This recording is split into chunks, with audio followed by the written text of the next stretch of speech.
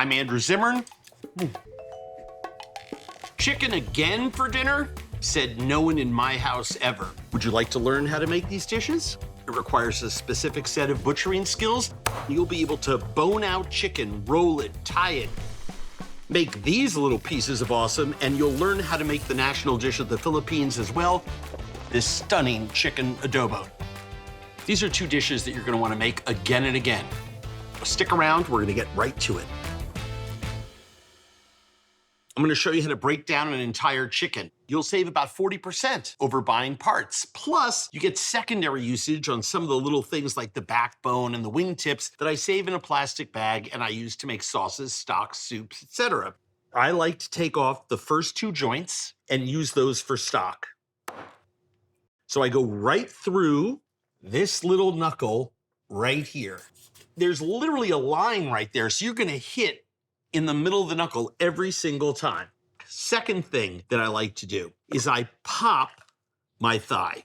I just cut the skin and then pop it using my boning knife and pressing against the bone. I'm able to come around both sides of those pockets of meat that are referred to as oysters. So now we have this beautiful dark quarter. Pull the skin down and you'll actually see a line right there. The chicken tells me where to cut, and I go right through the socket. So there I have a leg, there I have a thigh. I'm gonna do the same thing. Pop, pressing against the backbone. I'm able to get both sides of that oyster, and I have this beautiful, beautiful dark quarter. I have this breast, and I'm just gonna cut this. I pull this drummy over there, comes straight down, and you get a really nice drummy with a big piece of that breast meat. There's a keel bone here, and you can feel it. If you're new to this, just feel where that keel bone is and make your first cut on one side of that keel bone.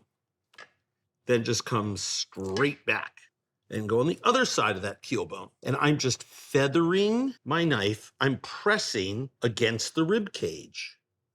And I have a beautiful skin-on, boneless chicken breast. If you would like to separate the tender, let's come right down.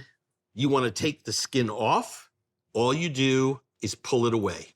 We have our keel bone here. That is the wishbone. And I'm pressing this side of my knife against it. So I'm going to do an airline breast with the wing attached.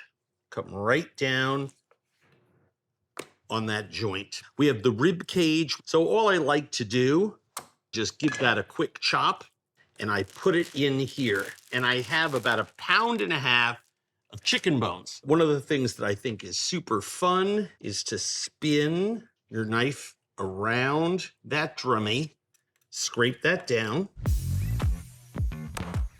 And then you have a lovely, lovely presentation. We have all our different parts. Boneless, skinless breast, the chicken tender, a Frenched breast, the chicken drummy, leg, thigh, dark quarter. All right, I'm gonna use all of this for my adobo.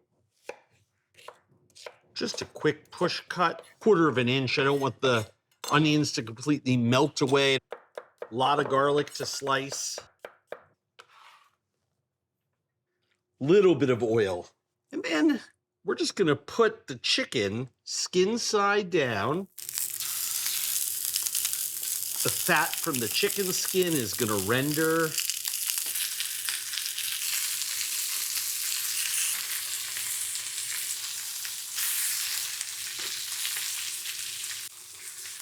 So if you're working with a big skillet, you can just push your brown chicken to the side. And I just wanna lightly caramelize these onions. And yes, that is a browned piece of chicken.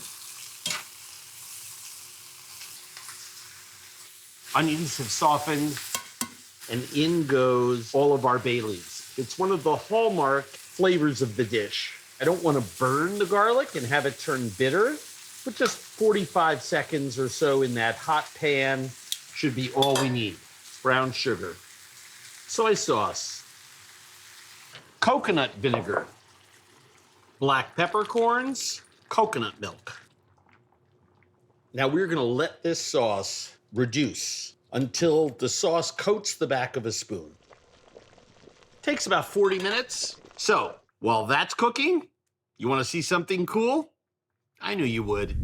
So I'm gonna show you a cool trick how to bone out a dark quarter, and I'm gonna actually stuff it with my spring roll mixture here: ground pork, wood ear mushrooms, grated carrot, ginger, soy, garlic, rice vermicelli noodles. So all I do is I just trace with any knife. I happen to really like this paring knife, and I just make 10, 12 strokes across that thigh bone. And you can see the knuckle, and you can slip your knife underneath there and free that knuckle. Come up, feel where the leg bone is, and do the same thing to the leg bone. You just take it just by bending that over. Simple, easy way to separate that joint. And then it's basically telling you where to go. You just take out one bone at a time. There's the other side of that joint. Just make a cut. Once you've done this a couple of times, you can whiz through these. Some people take the whole bone out. I like to keep that little knuckle. I just think it's nice to have that knuckle on there. I'll do another one for you.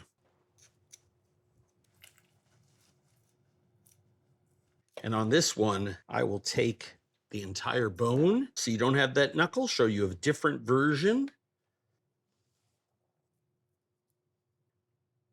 Little rice wine vinegar, little fish sauce, little honey, 2 medium cloves or 1 big clove of garlic.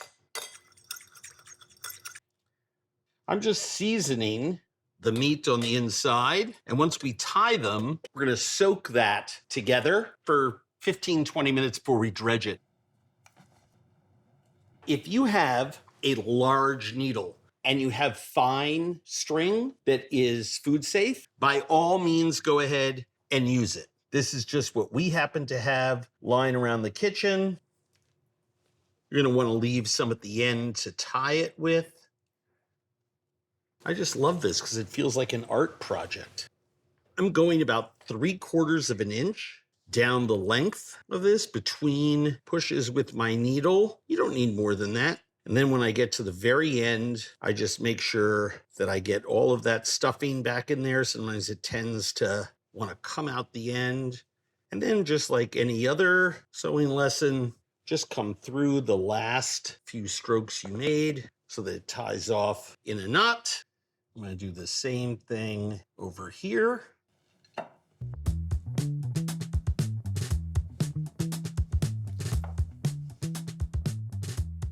And just remember, stuff any sausage down at the bottom, seal it in with that last piece of meat, tie it off at the end here. There you go. 2 really nice boneless stuffed chicken legs. And I usually let these just sit at room temperature. You're gonna get such penetration from the fish sauce and the honey, and then the best part is that you'll get really great adherence with your dredge. We'll check the temperature on our oil. Our adobo is done. Rice, crucial, because you want it to soak up all of the awesomeness of this incredible dish. Anybody who's ever eaten this dish will tell you that the whole point of it is the sauce. Chicken's delicious, but it's that sauce. You have this wonderful punch of the soy and the coconut vinegar.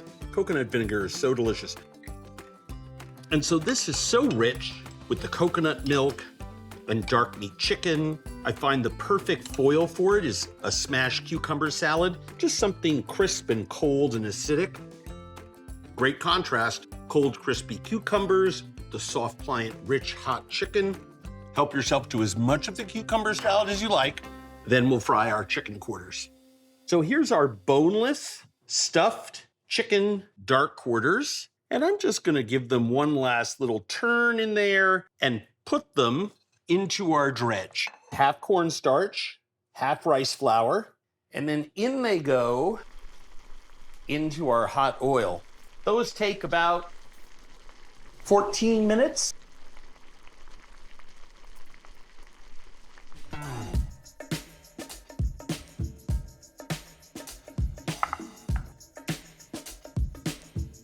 So the most important part of the cook process here is actually letting it rest. We want that pork and noodle mixture that's in the center to make sure that fully cooks, but we also want all those juices to also just return to the middle. So this is really super crispy. We're talking that Korean fried chicken style.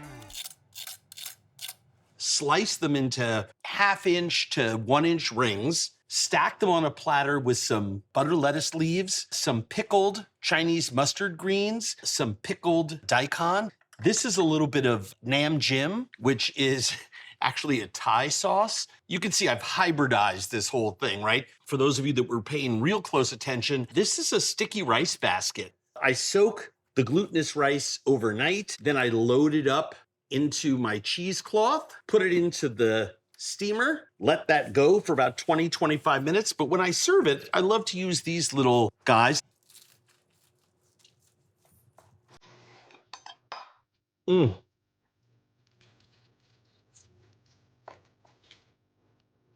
Standard utility knife never lets me down. Love this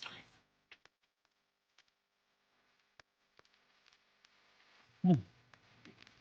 If you like fried chicken and you like the flavors of Thailand and Vietnam, that is some crazy good food. Super moist, crunchy on the outside, beautiful pork force meat on the inside. A couple of pickles to reset the palate, and sticky rice loves being dunked into sauce. All of our recipes and our sub recipes are at andrewzimmern.com. I love this.